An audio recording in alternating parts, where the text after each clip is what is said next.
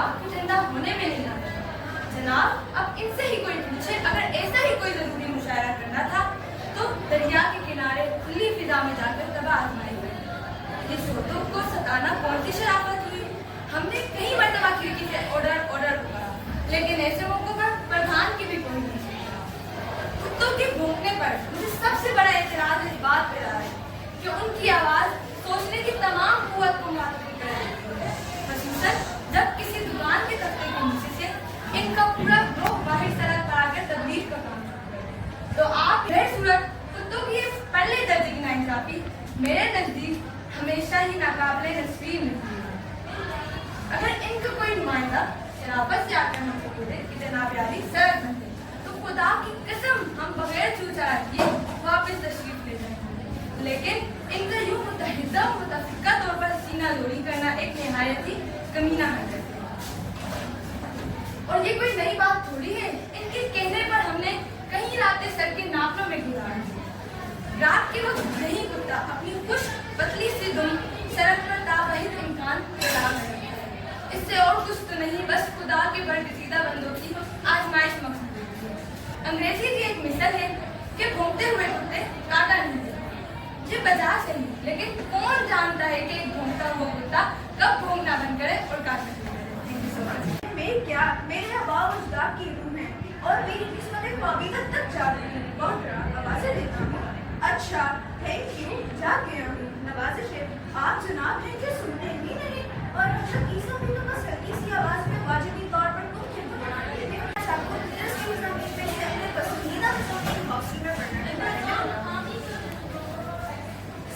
इस तरह कर बैठे कि लाला जी इम्तिहान के दिन करीब आते जाते हैं, जरा हमें भी सुबह जगा दीजिए। तो हजरत भी मालूम होता है कि नफलों के भूखे बैठे थे। दिन उठते ही उन्होंने ईश्वर खुदा जाने कराटा लिया। ये तो यकीनी अमल है कि 10 बजे हम मुकम्मल तौर पर जाग रहे थे, लेकिन लाला जी के जगाने के बाद और 10 बजे से बेशतर हम सो रहे थे कि शायद पढ़ रहे थे। नहीं, हमारा ख्याल में हम सो रहे थे, नहीं कि शायद हम पढ़ रहे थे। पहले सूरत ये तफसीरात का मसला है जिसमें ना आप माहिर हैं और ना ही हम। हमें क्या पता कि लाला जी ने जगाया ही 10 बजे हो, या उस दिन 6-6:30 बजे हो। खुदा के कामों में हम यहाँ क्या ही दखल दे सकते हैं, लेकिन हमारे दिल में दिन भर ये शोभा रहा कि कुछ अपना ही मालूम होता है। बहुत शुक्रिया। 10 दिन में वो किताबें खत्म करना मुहाल था, लेकिन अगर अना की खातिर पूरी रात जाकर पढ़ भी लिया तो कुछ समझ ना आता। फिर माना अंदाज में बातें करती और एक शख्स को उसके सामने शर्मिंदा होना पड़ता। अना की खातिर एक नेक इंसान भी गलत राय इस्तेमाल करने पर होता रहता है, तो कुछ इसी तरह का उसने भी किया। जो किताबें नहीं भी पढ़ी उन पर भी राय देनी शुरू कर दी। शुरू में तो बहुत संभल कर कहा कि कहीं किसी को शक ना हो जाए। नॉवल के बारे में कहता अच्छा तो है, लेकिन अगर मुसन्निफ जदीद के नुक्ता नज़र को देखता तो और भी अच्छा होता। ड्रामों के बारे में कहता हाँ पढ़ा तो है, अच्छा भी था, लेकिन जो मंजर पढ़ने वाले के दिमाग में भी बनता है, क्या वो स्टेज पर जाकर भी बाकी रहेगा? तुम्हारा इस बारे में क्या ख्याल है? इसी तरह बुरी गुफ्तगू का मलबा मेबल पर डाल देता। और कभी कभी तो वो अपनी धोखेबाजी में खुद भी हैरान रह जाता। आखिर कुछ वक्त बाद जब वो अलील हुआ तो उसे अपने गुनाह का एहसास हुआ, और मेबल जब उसकी इयादत करने आई तो उसने उस पर अपनी सारी मक्कारी बयान कर दी।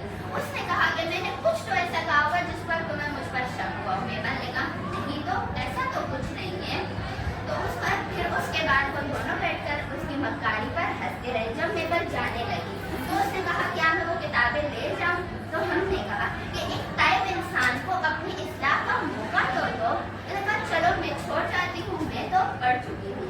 उसके जाने के बाद जब मैंने उन किताबों को खोला तो उनमें से किसी एक के वर्ड तक ना कटे, मतलब कि मेबल ने भी उन्हें अभी तक नहीं पढ़ा था। और उसके बाद मुझे मर्द और औरत के बराबरी पर कोई शक न रहा। स्टूडेंट अपने टीचर पे फख्र है, लेकिन आप जैसे स्टूडेंट्स को देख के मैं कहता हूँ कि मुझे आप पे फख्र है। Clap for yourself.